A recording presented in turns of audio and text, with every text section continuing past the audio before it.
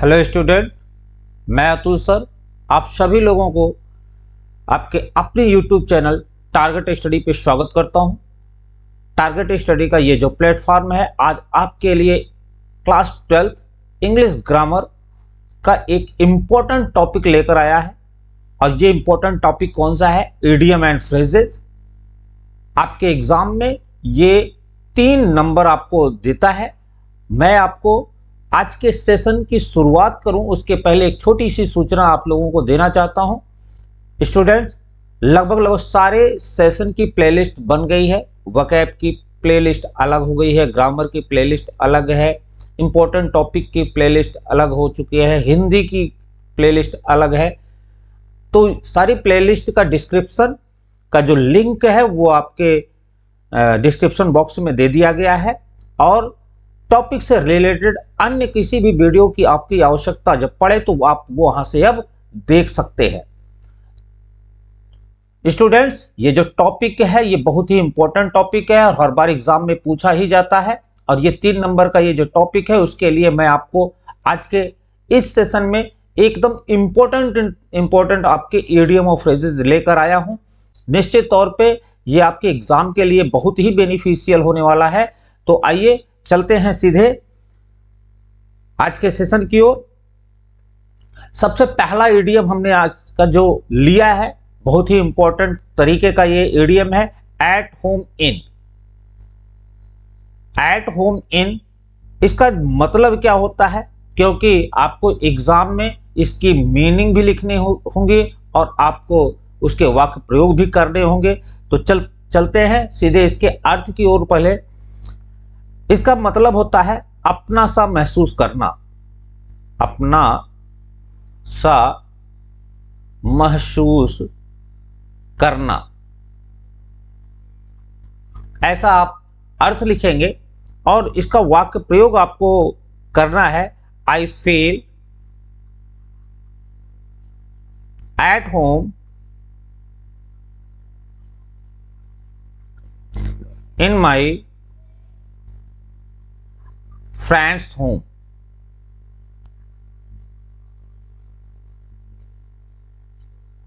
Friends home, तो मैं अपने मित्र के घर अपना सा महसूस करता हूं। तो ये आपका पहला इंपॉर्टेंट इडियम। चलिए दूसरे की ओर चलते हैं, at large.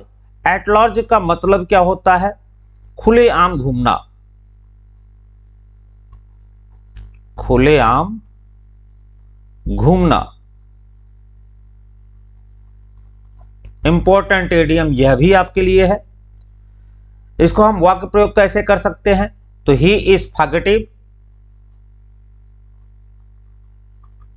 He is fugitive at large.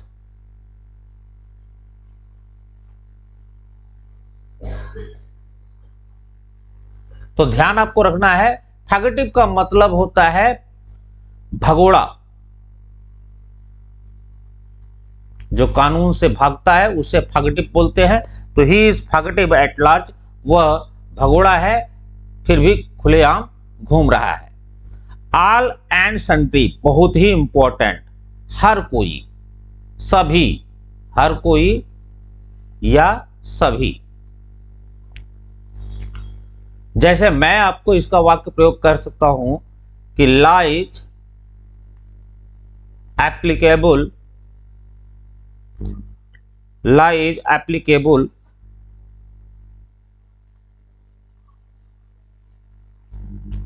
For all and sundry. बिल्कुल आराम से आप पढ़िए, समझदारी के बात जो हम आपको बताना चाह रहे हैं, अगर ये चीज आप अपने दिमाग में बैठा लेंगे और एक बार इसको आप अपने तरीके से अपने नोटबुक में नोट कर लेंगे, सारी चीजें आपके दिमाग में सेट हो जाएंगी। बेड ऑफ रोजेज, सुख के दिन।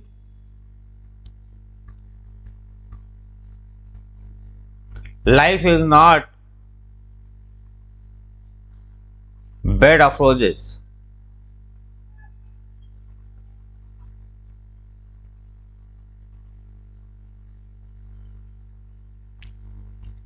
जो इडियम है उसको मैं अंडरलाइन करता चल रहा हूं। एग्जाम में भी आपको इसी तरह से मेंटेन करना है, जिससे कि एग्जामिनर जब कॉपी आपकी चेक करना शुरू करे तो सीधे आप उसकी नजर वाक्य प्रयोग पर पड़े। अगला इडियम आपका है a hard nut to crack, मुश्किल काम।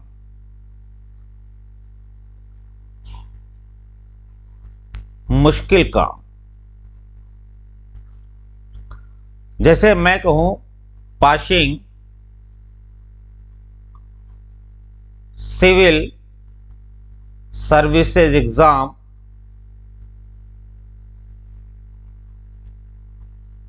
Is hard nut to crack.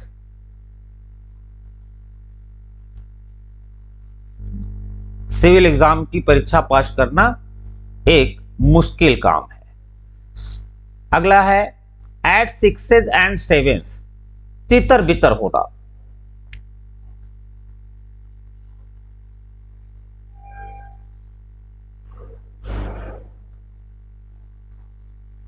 जैसे अगर मैं कहूं I found my room 6 and 7 says I found my room 6 and 7 when I got back, जब मैं वापस लौटा तो मेरा रूम तितर बितर था। अगला क्या है अ फूल्स पैराडाइज, इंपॉर्टेंट कैटेगरी का है और इतना इंपॉर्टेंट है कि ये लगभग हर दूसरे एग्जाम में आ ही जाता है। क्षणिक खुशी इसे बोलते हैं, क्षणिक खुशी। अब अगर इसका हम वाक्य प्रयोग करें, don't fall for a fools paradise.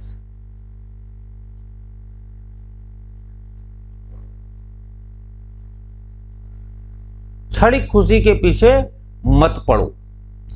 A fair weather friend, ध्यान रखें सुख का साथी, सुख का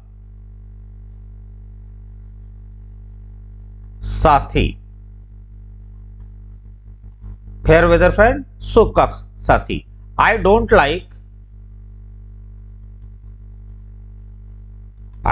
like a fair weather friend, मैं सुख के साथी को पसंद नहीं करता हूं। अब बोन ऑफ कंटेंशन बहुत ही इंपॉर्टेंट, पिछले प्रैक्टिस सेट में भी इसको हमने लिया था। झगड़े की जड़,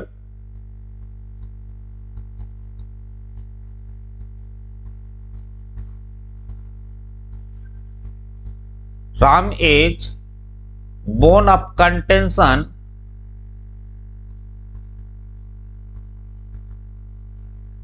for his family.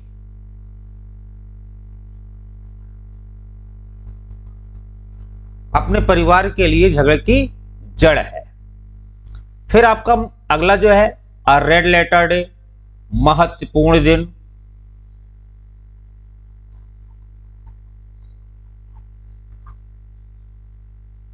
Sentence use कैसे कर सकते हैं, 15 अगस्त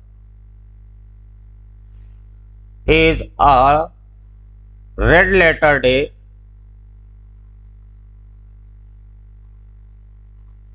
फॉर आवर हिस्ट्री। हमारे इतिहास का महत्वपूर्ण दिन है 15 अगस्त। अब ब्लैक सीप, बहुत ही इंपॉर्टेंट कैटेगरी का यह भी है, बदनाम व्यक्ति, बदनाम व्यक्ति। जैसे मैं कहूं राम से अंकल इज ब्लैक sheep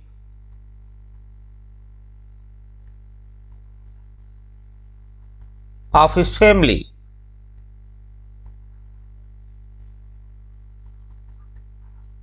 तो ब्लैक sheep बदनाम व्यक्ति। एप्पल ऑफ वंस आई, अत्यधिक प्रिय होना।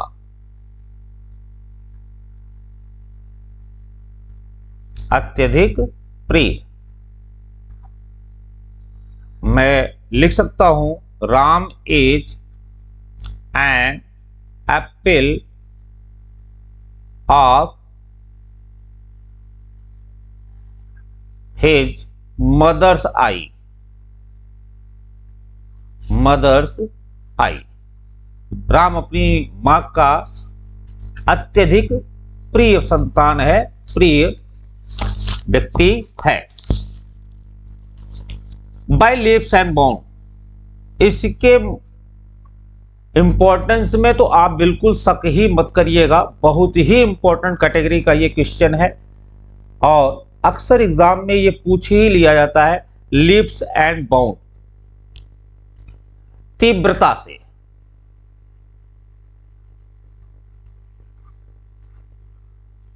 तो इसके सेंटेंस का यूज कैसे कर सकते हैं? माई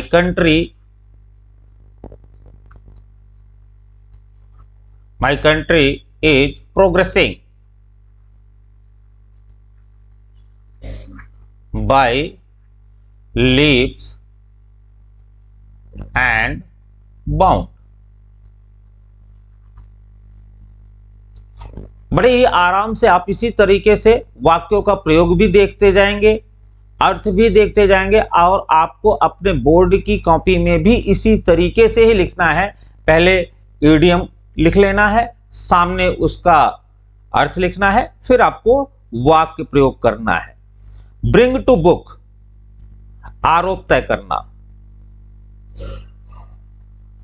आरोप तय करना। वाक्य प्रयोग कैसे करेंगे? The convict is brought, the convict is brought to bring is brought book by जज। बाय जज।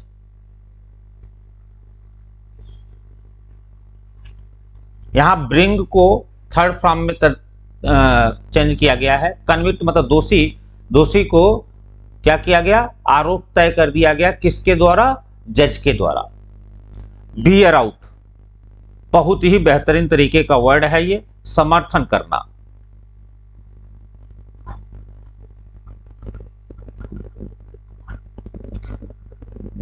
The other witness, the other witness will bear me out. Bear me out. जो हमारे अन्य गवाह हैं वो हमारा मेरा समर्थन करेंगे। By and large, सामान्यतया।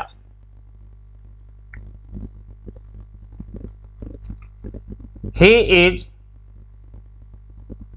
vegetarian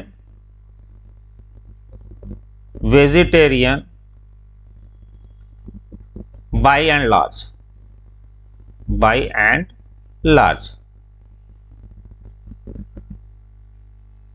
सामान्यतः वह वेजिटेरियन है।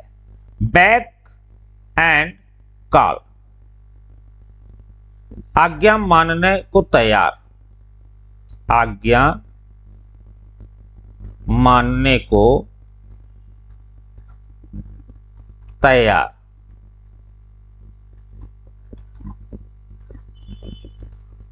I am always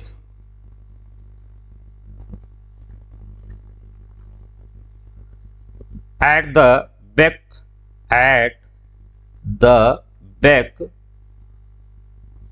and call of my mother।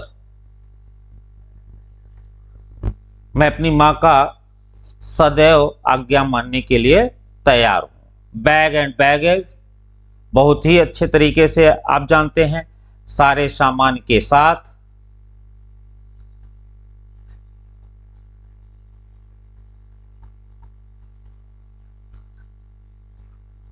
जैसे मैं कहूं Ram went Delhi with bag and baggage, bag and baggage. तो चीजें बड़ी ही आसानी से आपको समझ में आ रही होंगी। नेक्स्ट क्या है? ब्रेकआउट। ब्रेकआउट का मतलब होता है शुरू होना या छिड़ जाना, शुरू होना या छिड़ जाना। A war broke out between India and Pakistan।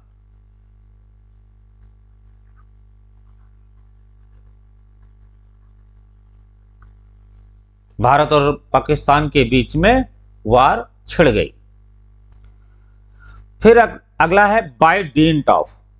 ध्यान रखेंगे, बहुत ही इंपॉर्टेंट तरीके का ये इडियम है, के कारण।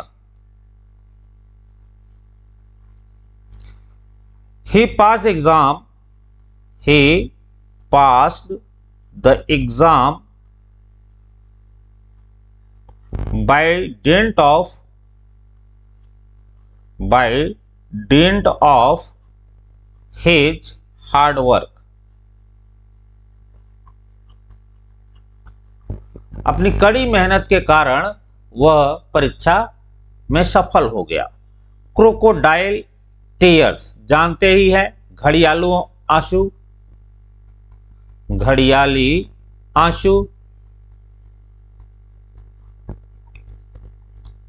Don't trust a man, don't trust a man who sheds crocodile tears।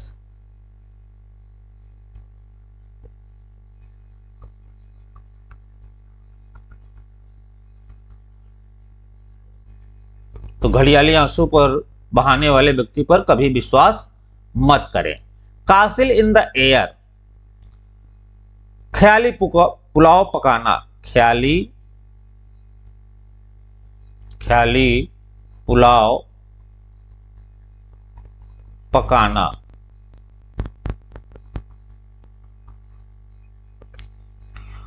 One who builds castle, one who builds castle in the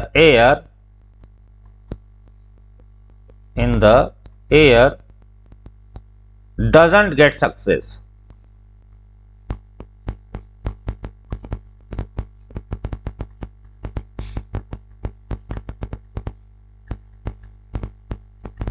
वो व्यक्ति जो हमेशा ख्याली पुलाव पकाता रहता है वो कभी भी सफलता नहीं प्राप्त करता।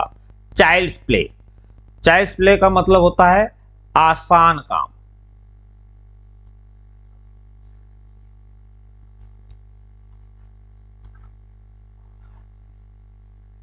जैसे मैं कहूं cooking is my child's play.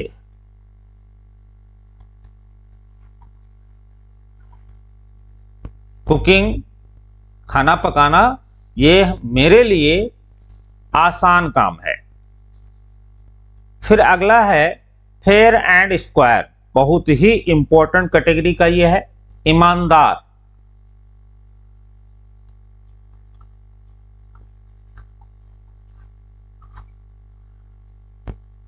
जैसे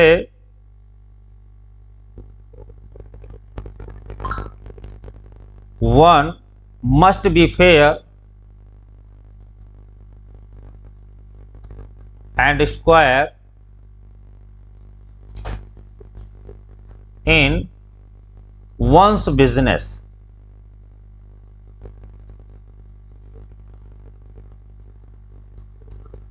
किसी की भी व्यवसाय में किसी को भी ईमानदार होना चाहिए। तो ये आज के सेशन की ये 24 वेरी इंपॉर्टेंट इडियम मैंने आपको हल कराए हैं।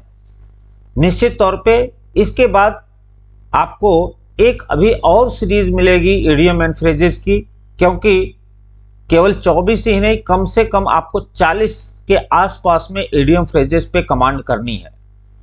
24 ये जो है ये बहुत ही इंपॉर्टेंट है। इसको एक बार पुनः आप देखिएगा, वाक्य प्रयोग आप समझिएगा। फिर भी कहीं आपको कहीं दिक्कत है, कमेंट के माध्यम से तुरंत आप पूछेगा। मैं अतुल सर एक बार पुनः आपको आश्वस्त करता हूं कि कहीं भी आपको प्रॉब्लम रहेगी, मैं आपकी सहायता के लिए खड़ा हूं। तो आप सेशन में लास्ट तक बने रहे, इसके लिए आप सभी को बहुत बहुत धन्यवाद। एक एक टॉपिक टारगेट स्टडी आपका कवर कर रहा है, और टारगेट स्टडी का ये जो प्लेटफॉर्म है, जिसने यह ठान रखा है कि एग्जाम 2024 के लिए आपको किसी भी प्रकार की परेशानी नहीं आएगी। तो आप सभी लोग सेशन को एक लाइक ज़रूर करें। अगर आपको सेशन यहाँ से जो शानदार मिल रहे हैं, ऐसे सेशन को कम से कम तो शेयर ही आप करें। और अगर प्लेटफॉर्म पर आप हमारे लिए नए हैं तो चैनल को सब्सक्राइब कर लीजिए, बेल आइकन प्रेस कर लीजिए, जिससे कि टाइम से आपको नोटिफिकेशन मिल सके। धन्यवाद, बाय बाय।